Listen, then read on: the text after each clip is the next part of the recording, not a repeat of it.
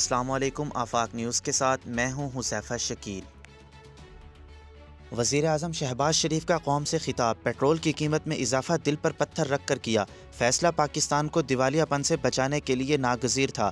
وزیر اعظم نے پیٹرول اور ڈیزل کی قیمت میں اضافے کے پیش نظر ملک کی کم آمدنی والے گھرانوں کے لیے 28 ارب کے ریلیف پیکج کا اعلان کیا۔ رقم 1,40,00,000 گھرانوں کو ملے گی۔ یوٹیلیٹی سٹورز پر 10 کلو آٹے کا تھیلا 400 روپے میں فروخت ہوگا۔ پاکستان تحریک انصاف کے چیئرمین عمران خان نے کہا ہے کہ میں واضح کرتا ہوں کہ اسٹیبلشمنٹ سے کسی ڈیل کے تحت آزادی مارچ ختم نہیں کیا۔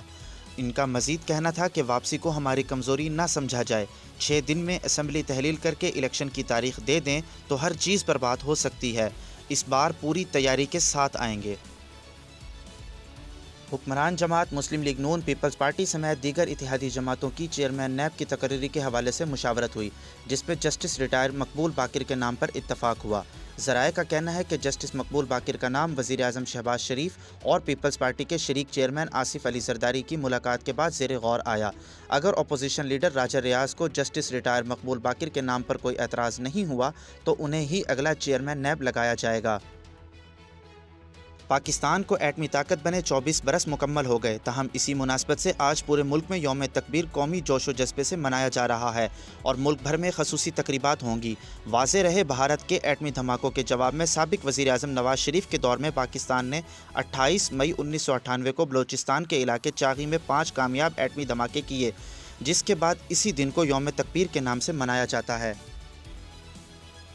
موجودہ حکومت کی جانب سے 45 روزہ وقفے کے سخت معاشی فیصلوں کا عمل شروع ہونے اور پیٹرولیم مصنوعات کی قیمتوں میں اضافے کے ساتھ ہی ڈالر کی پیش قدمی رک گئی۔ ڈالر 2.50 روپے اور سونا 2100 روپے فی تولے سستا ہو گیا۔ اسلام آباد میں فتنہ فساد والے جلسے جلوسوں پر مستقل پابندی لگانے کا فیصلہ۔ وفاقی وزیر داخلہ رانا ثناء اللہ کا کہنا ہے کہ شرپسند عناصر کے خلاف زیرو ٹالرنس پالیسی اپنائی جائے گی۔ نیوزی لینڈ کی وزیر اعظم نے بے نظیر بھٹو کو خراج تحسین پیش کرتے ہوئے کہا ہے کہ 1999 میں پاکستان کی سابق وزیر اعظم نے جو کچھ کہا تھا وہ آج بھی حقیقت ہے۔ 1999 میں پاکستانی وزیر اعظم بے نظیر بھٹو نے بھی اسی ہارورڈ یونیورسٹی میں کھڑے ہو کر جو کہا تھا وہ آج بھی حقیقت ہے۔ بلاسٹ ٹی20 میں اسٹرلنگ کی دھواں دھار بیٹنگ، 1 اوور میں 34 رنز بنا ڈالے۔ پال اسٹرلنگ نے دھواں دھار بیٹنگ کا مظاہرہ کرتے ہوئے نہ صرف 1 اوور میں 34 رنز بنائے بلکہ 51 گیندوں پر برق رفتار 119 رنز کی اننگز بھی کھیلی۔ پاکستان کے وکٹ کیپر بیٹسمین محمد رضوان کی وٹالٹی بلاسٹ ٹی20 میں شاندار بلے بازی کا سلسلہ جاری۔ محمد رضوان نے بلاسٹ ٹی20 میں مسلسل دوسری نصف سنچری سکور کی ہے۔ انہوں نے 43 گیندوں پر 2 چھکوں اور 4 چوکوں کی مدد سے 58 رنز کی اننگز کھیلی۔ ارجنٹائنا کو فٹ بال ورلڈ کپ جتوانے والے سابق لیجنڈ میراڈونا کی یاد میں مختص کیے گئے جہاز کی نمائش کر دی گئی۔ ذرائع کے مطابق 12 سیٹوں والے ٹینگو D10S جہاز کو ایک ارجنٹائن کی کمپنی نے فائنانس کیا ہے، جسے اڑتے میوزیم کا نام دیا گیا ہے۔ طیارے پر ان 2 گولز کی تصویر ہیں جو انہوں نے 1986 میں ورلڈ کپ کو کوارٹر فائنل انگلینڈ کے خلاف فتح کے لیے سکور کیے تھے۔ پاکستانی فلم جوائے لینڈ نے دنیا کے سب سے بڑے فلمی میلے کانز میں ایوارڈ اپنے نام کر کے تاریخ رقم کر دی۔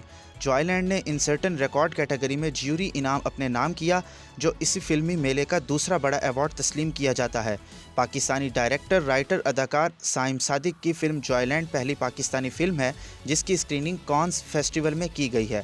فلم میں ثروت گیلانی، ثانیہ سعید، علی جنیجو، ثنا جعفری، علینا خان سمیت دیگر اداکاراؤں نے کام کیا۔ بھارتی پروڈیوسر کرن جوہر نے بالآخر گلوکار ابرار الحق کو اپنی فلم جگ جگ جیو میں گانے نچ پنجابن کا کریڈٹ دے دیا۔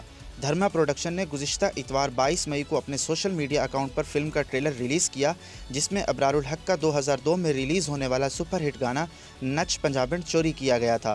ابرار الحق نے ٹویٹر پر بیان جاری کیا اور برہمی کا اظہار کرتے ہوئے لکھا کہ میں نے اپنا گانا نچ پنجابن کسی بھارتی فلم کو نہیں بیچا اور اس کے ہر جانے کے دعوے کے لیے میں عدالت جانے کا حق رکھتا ہوں۔ خبر سوشل میڈیا پر جنگل میں آگ کی طرح پھیل گئی، جس پر بھارتی میڈیا اور سوشل میڈیا نے بھی خاصا دھیان دیا۔ صارفین کی جانب سے دھرما پروڈکشن ہاؤس اور کرن جوہر پر سخت تنقید کی گئی، تاہم کرن جوہر نے گزشتہ روز پوسٹر اپنے انسٹاگرام کی سٹوری پر شیئر کیا جس میں گانے کی موسیقی اور بول کے لیے ابرار الحق کا نام درج تھا۔ منشیات برآمدگی کیس NCB نے آریان خان کو کلین چٹ دے دی۔ بھارتی میڈیا کے مطابق NCB نے منشیات برآمدگی کیس میں اپنی چارج شیٹ پیش کی ہے، جس میں اداکار شاہ رخ خان کے بیٹے آریان خان کو گزشتہ سال گرفتار کیا گیا تھا۔ NCB کی جانب سے نوٹس جاری کیا گیا جس میں 14 افراد کے خلاف چارج شیٹ داخل کی ہے، تاہم اس میں آریان خان کا نام شامل نہیں ہے۔ بھارتی میڈیا کا کہنا ہے کہ NCB کی جاری کردہ چارج شیٹ میں لکھا ہے کہ اداکار شاہ رخ خان کے بیٹے آریان خان اور میوک جیسوال کے علاوہ تمام ملزمان کے قبضے سے منشیات برآمد ہوئی۔ اب تک کے لیے اتنا ہی۔ مزید خبروں اور اپڈیٹس کے لیے دیکھتے رہیے آفاق نیوز۔